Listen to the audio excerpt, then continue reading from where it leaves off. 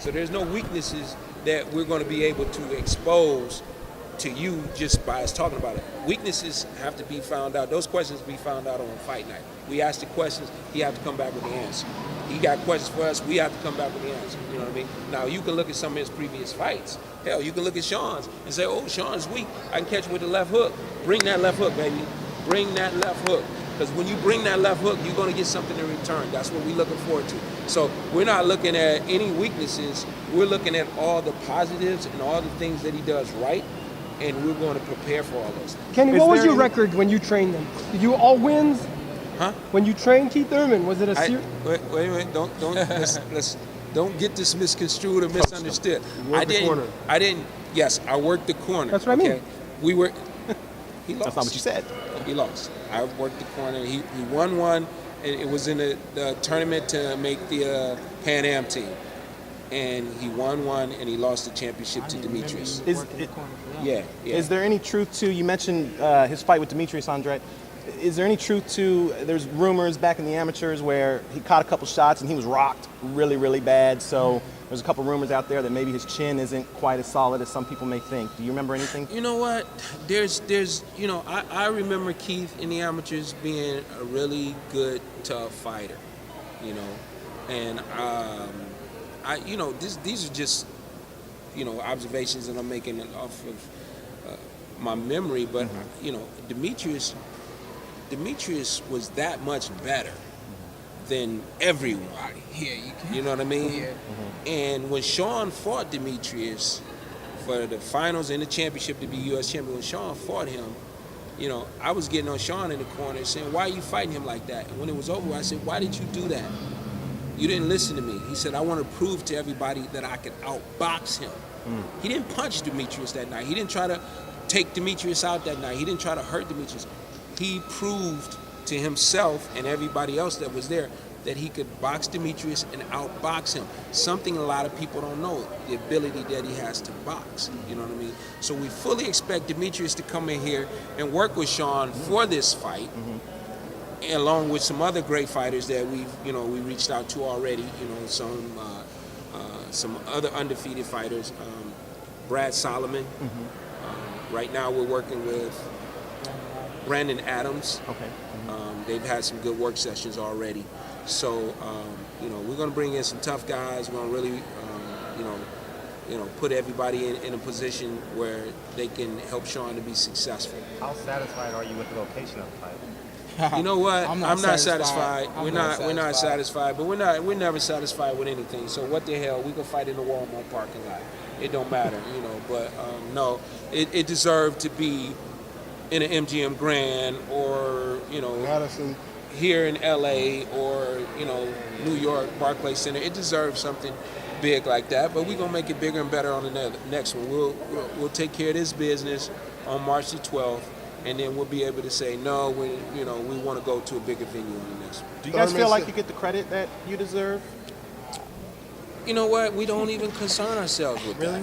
Honestly, we don't. We don't concern ourselves with that. That's not something that we're thinking about, whether or not we get credit. The only thing, and it's very hard for people that watch this on TV to really understand this, but when they get up every day and go punch their clock at work and put 8 hours in and do that all week long for 40 hours or do overtime, and then they go home and take care of their families, and they sit down and turn on the TV, they look at this as entertainment. This is our job.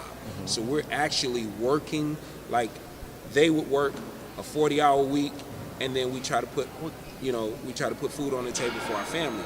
So they don't look at this as a job. This is our job. We don't need extra credit, or stars behind our name or anything like that. But you set goals for yourself. The goal is Keith Thurman. The goal is not even the belt that he's holding on to. The goal is to beat the man. That's what we want. We want that to be part of what makes him great. And that's what he wants, to become great. You talk about credit. I feel blessed. I think if I didn't feel blessed, if I knew I wasn't blessed, maybe in my heart or my mind I might feel like there's a problem. I say the same thing, man. As long as I'm blessed, my family and my friends are taken care of, everything else will come, That's it.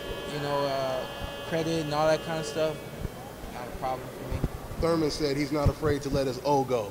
Do you believe that after the negotiation situation?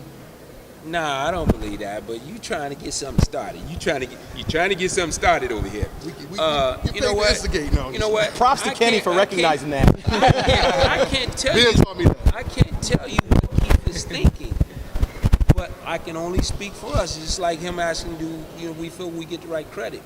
We're here. Give us credit for being here. Hashtag I'm here. I gotta say this. Manny Pacquiao said Is that a real yesterday. hashtag? It is now. It can be now. Yeah. Pacquiao said that a lot of people are coming up to him and telling him that he won the Mayweather fight. What do you think about that? No. No. We No? said that like Floyd when No. they asked Floyd, would he fight Sean? No. No. I don't think so. I'm a huge Manny Pacquiao fan. I've watched him train. I've trained with him, top to bottom. I'm gonna always support him. But in that fight, he did not win. Floyd was able to do to him what he has been able to do to most fighters, which is control them, dictate what happens in the fight, and outbox them and win. Angel Garcia commented on your fight with Porter, saying that kind of like he didn't understand why you guys were fighting each other when you guys could be fighting a Salka, he said. What's your take on that, and why is it that you want these big fights? Yeah, you don't get anything from soccer. You don't get anything. Don't. Hey, I work with soccer. Don't put soccer down.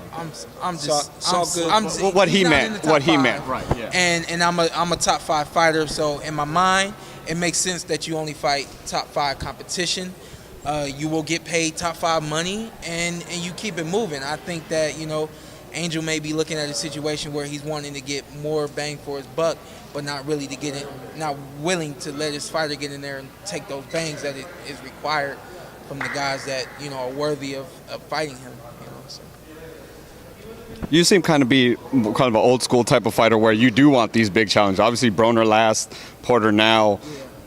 Are you what's the deal with this era where fighters are sometimes just kind of cool with 1-2 tune-ups before a big fight? I'm fighting Porter. I know what you meant.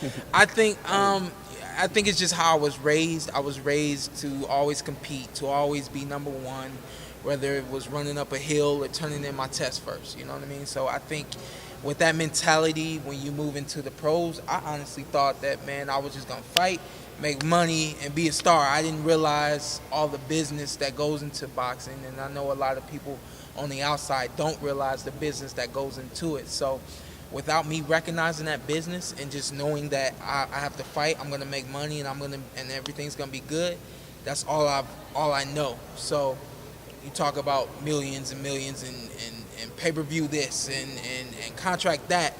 That's where he comes in. I allow him to do his job. I don't get frustrated with him not doing his job because I know it's going to get taken care of, and I just worry about being ready for my fight. That's it. Why aren't you in the WBC eliminated?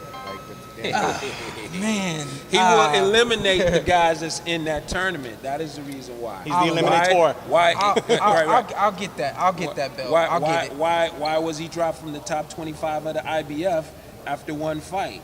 Because they didn't ever want him to rematch Kell Brook. Point blank and simple. You know what I mean? There's no shade in covering that up. I know that. They know that. I called him up and I said, hey, why isn't the kid in the top 25? He was your champion 6 weeks ago, and he's not in the top 25. Oh, well,